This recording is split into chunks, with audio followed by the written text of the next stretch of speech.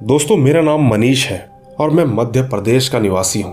दोस्तों, ये कहानी जो कि आज भी मेरे रोंगटे खड़े कर देने में बिल्कुल कायम है, ये उस समय की तरह है जब साल 2009 का वक्त था। इसके बावजूद हमारे गांव के करीब पड़ने वाले एक जंगल के भीतर भील नामक एक जनजाति का वास था। वो जनजाति अक्सर उसी हाईवे के करीब अपना डेरा जमाए रखती थी, जिसके करीब से अक्सर गाड़ियों की काफी चहलकदमी रहती थी। इस घटना का प्रारंभ इसी जनजाति के एक शख्स से हुआ था।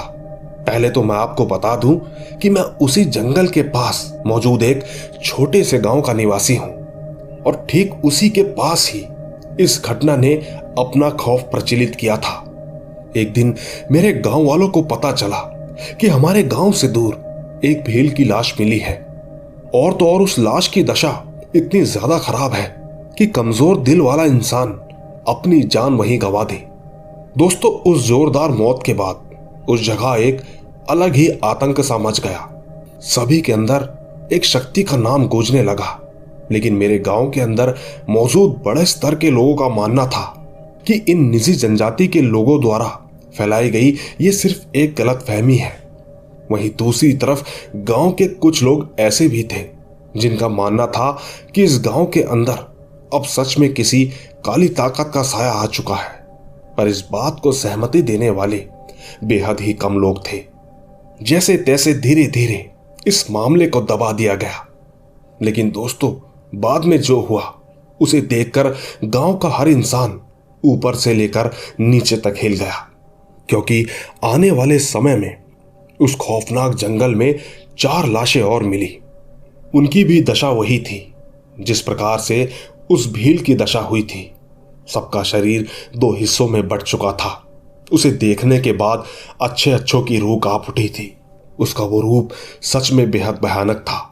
हालांकि मैंने उनकी ये दशा नहीं देखी, लेकिन गांव वालों के अनुसार उनका रूप सच में बहुत डरावना था। अब तो गांव के कुछ लोगों को छोड़कर सभी को यह विश्वास हो चुका था कि इस गांव के अंदर जरूर किसी आत्मा का प्रकोप है। वो मानने लगे थे कि जरूर इस गांव के अंदर कोई राक्षस या फिर कोई अनजानी शक्ति है जो कि लोगों को अपना शिकार बना रही है। पर यह बात गांव के सभी लोगों से छुपी हुई थी कि आखिर ऐसी कौन सी ताकत है जो इस गांव के ऊपर अपना दहशत का माहौल मचा रही है। साथ ही एक सवाल यह भी था कि आखिरकार वो ऐसा कर ही क्यों रही है। सभी लोगों को पूरा यकीन हो चुका था, लेकिन इसी बीच मेरे गांव के अंदर कुछ लोग ऐसे भी थे जो कि हर किस इन चीजों पर विश्वास करने के लिए बिल्कुल तैयार नहीं थे। उनमें से एक मेरे अंकल सुमेर भी थे, जो कि लगातार इन बातों को गलत साबित करने की कोशिश करते थे, पर हर बार उनका दाव उल्टा उनके ऊपर ही पड़ जाता था। कुछ दिनों बाद फिर एक ऐसा खौफनाक किस्सा जिसने इस बार गांव को पूरे तरीके से दहशत की स्थिति में डाल दिया था, जिसकी वजह से पूरा गांव कुछ दिनों के लिए खामोश हो गया। पूरा का पूरा गांव एकदम वीरान सा हो चुका था। ऐसा लग रहा था मानो कि गांव के अंदर किसी की मौत हुई हो।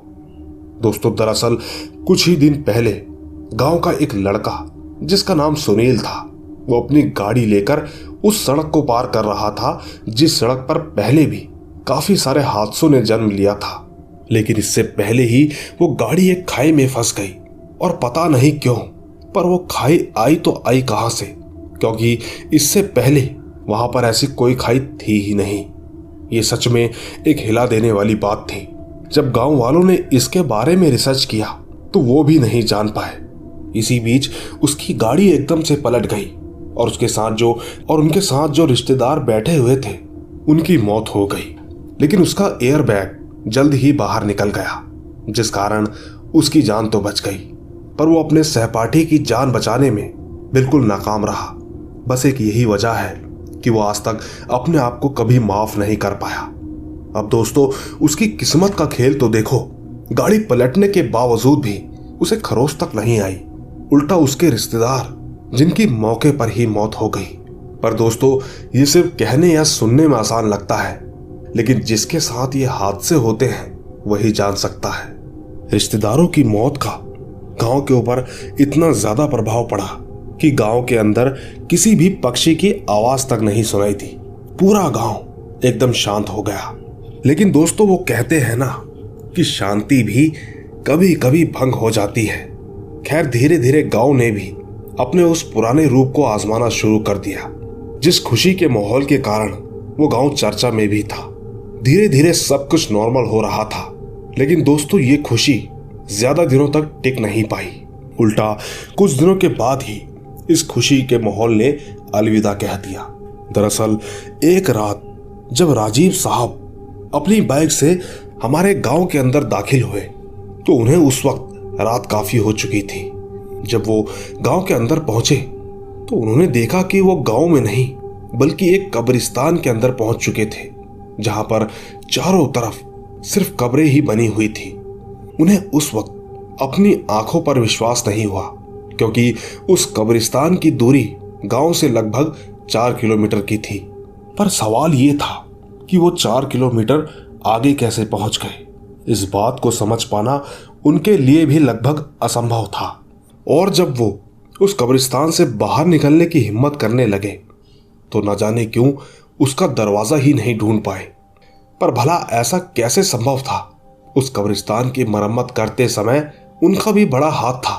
उन्हें तो उस कब्रिस्तान का दरवाजा अच्छी तरह मालूम होना चाहिए था, लेकिन इसके बावजूद भी वो उस दरवाजे को ढूंढ पाने में नाकाम रहे। उन्हें ये बिल्कुल समझ नहीं आ रहा था कि आखिर कौन सी शक्ति ने उनके साथ ऐसा खिलवाड़ करना शुरू कर दिया है। वो जल्द से जल्द इस कब्रिस्तान से बाहर निकलना चाहते थे, लेकिन ये इतना आसान नहीं था। उन्होंने सबसे पहले अपनी बाइक की लाइट जलाई, तब भी उन्हें दूर दूर तक सिर्फ और सिर्फ अंधेरा ही नजर आया। उन्हें ये बिल्कुल विश्वास नहीं हुआ कि आखिरकार ये कब्रिस्तान इतना बड़ा कैसे हो गया। कब्रिस्तान का इतना बड़ा होना सच में एक हिला देने वाली बात थी। राजीव साहब, जो कि गांव के एक इज्जतदार आदमी होने के साथ साथ काफी अनुभवी व्यक्ति भी थे, लेकिन आज उनके लिए भी काफी ज्यादा जाल बिछाए गए थे। वो जोर जोर से किसी को आवाज देने लगे, लेकिन खंडर पड़ी उस जगह पर किसी का नामो निशान तक नहीं था। और तो और वहां 4 किलोमीटर के दायरे में किसी का घर भी नहीं था। लिहाजा राजीव साहब ने अपनी बाइक को स्टार्ट किया और उसका एक्सीलेटर दबाते हुए वहां से भागने की कोशिश करने लगे। पर दूसरे ही पल उनकी बाइक आगे ही नहीं बढ़ पाई। दोस्तों, भयानक अंधेरे के बीच इस कदर हादसों का जन्म लेना सच में काफी डरा देने वाली बात थी। इसके बाद जब राजीव साहब ने पिछले टायर की ओर ध्यान दिया तो यकीनन उनकी आंखें बंद होने का नाम नहीं ले पाई। उनका पूरा शरीर पसीने से लथपथ होने लगा। दरअसल उन्होंने देखा कि एक हाथ जिसने उनके टायर को जकड़ रखा था, और ठीक यही वजह थी कि बाइक आगे बढ़ पाने में नाकामयाब थी। बाइक लगातार बस उसी जगह पर खड़ी होकर जम सी चुकी थी। ऐसे भयानक दृश्य को देखते ही राजीव साहब तुरंत बाइक से नीचे उतरे और पैदल पैदल ही उस कब्रिस्तान में भागने लगे। वो लगातार भागते रहे, लेकिन उन्हें दरवाजे का कोई ठिकाना नहीं मिला।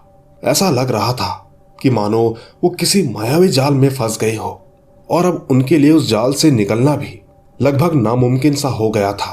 पर इसी बीच उन्हें याद आया कि उन्होंने कब्रिस्तान के दरवाजे के आगे एक बड़ी सी लाइट का निर्माण करवाया था। पर दोस्तों, अगर वो एक कब्रिस्तान था तो वो लाइट आखिर कहाँ गायब हो गई? खैर, राजीव साहब चारों तरफ देखने लगे, लेकिन उन्हें वो लाइट दूर दूर तक कहीं भी नजर नहीं आई। धीरे धीरे उनका कलेजा मुंह तक आ अटका, क्योंकि उन्हें तो ये बिल्कुल समझ नहीं आ रहा था कि यहां से निकलने का दरवाजा कहाँ है, जबकि वो चारों तरफ घूमकर आ चुके थे। थोड़ी देर के बाद वो थक हार कर वहीं मिट्टी के ऊपर लेट गए। वो पूरे तरीके से हार मान चुके थे। वो उस मिट्टी पर लेटकर भगवान हनुमान जी का जाप करने लगे। वो बस इतना ही चाहते थे कि जल्द से जल्द वो इस जगह से निकलने में कामयाबी हासिल कर सके। लेकिन दोस्तों, जो इंसान हार मान चुका होता है उसके लिए कठिनाइयों से लड़ पाना लगभग नामुमकिन सा हो जाता है। बस यही सोचकर उन्होंने अपनी आंखें खोली। आंखों के खुलते ही उन्हें एक और झटका लगा। उन्होंने खुद को एक चार दीवारी में लेटे हुए पाया। हालांकि उस दीवार की छत नहीं थी, और तो और उनके ऊपर काले काले बादल मंडरा रहे थे। उन बादलों की गड़गड़ाहट खौफनाक जगह की गवाही दे रही थी। इसी बीच चमगादड़ों के एक झुंड ने उनके ऊपर हमला कर दिया, जिसके कारण वो इधर से उधर छटपटाने लगे। उन्हें काफी ज्यादा दर्द हो रहा था। चमगादड़ के झुंड ने उन पर इस कदर धावा बोला था, यकीन मानिए उनके शरीर से खून तक बाहर निकलने लगा था। वो बस एक बुरी अवस्था में पहुंच चुके थे। हालांकि अब उनका पूरा शरीर हार मान चुका था, लेकिन उनके अंदर का जुनून अब भी हार मानने को तैयार नहीं था। खैर, उन्होंने हिम्मत की और उठने की कोशिश करने लगे। दोस्तों, आपने कई जगह सुना होगा, कहते हैं कि जब इंसान किसी मुसीबत में पेश आता है तब तब भगवान उसकी मदद करने में जुट जाते हैं। दोस्तों, इसके थोड़ी देर बाद ही वहां पर आंधी और तूफान ने अपना विकराल रूप धारण कर लिया। ऐसा लग रहा था मानो प्राकृतिक रूप अपना सौंदर्य बिगाड़ रही हो। कड़कती हुई बिजली, चारों तरफ का माहौल एकदम बिगड़ चुका था। लेकिन अभी भी राजीव साहब अपनी आंखें बंद करके जमीन पर लेटे हुए थे। इसी बीच उनकी आंखों के ऊपर एक जोरदार रोशनी पड़ने लगी। आंखें खुली तो पाया कि ठीक उनके सामने कब्रिस्तान का वही दरवाजा था जिसे ढूंढ ढूंढ कर उनकी ये हालत हो चुकी थी। बस फिर क्या था, राजीव साहब अपना वक्त बर्बाद न करते हुए जल्दी से अपनी बाइक के पास पहुंचे। उन्होंने बाइक स्टार्ट की और वो तुरंत वहां से निकल गए। पूरे रास्ते उन्हें ये बात समझ नहीं आई कि आखिर ऐसा कैसे हो सकता है, क्योंकि वो तो कब्रिस्तान के अंदर लेटे हुए थे, और तो और अचानक दरवाजा कहां से आ गया, मैं आखिरकार वहां कैसे पहुंचा। इसी तरह के अनेक विचारों ने उनके ऊपर डेरा जमा लिया था। फिर वो रात के लगभग 3:30 बजे अपने घर पहुंचे। उन्होंने अब तक की पूरी कहानी के बारे में अपने घर वालों को भी बताया। साथ ही वो आज भी ये नहीं जान पाए कि आखिर उस दिन वो उस कब्रिस्तान के दरवाजे के पास कैसे पहुंचे। आखिर ऐसी कौन सी शक्ति थी जिन्होंने उनकी मदद की। ये बात अब तक एक रहस्य बनकर रह गई है, लेकिन कहीं ना कहीं उनका मानना है कि हो ना हो ये मदद उनके पूजनीय भगवान हनुमान जी ने ही की होगी। साथ ही दोस्तों, अगर आपको मनीष की ये कहानी जरा सी भी पसंद आई हो तो कहानी को लाइक, शेयर और कमेंट जरूर कीजिएगा।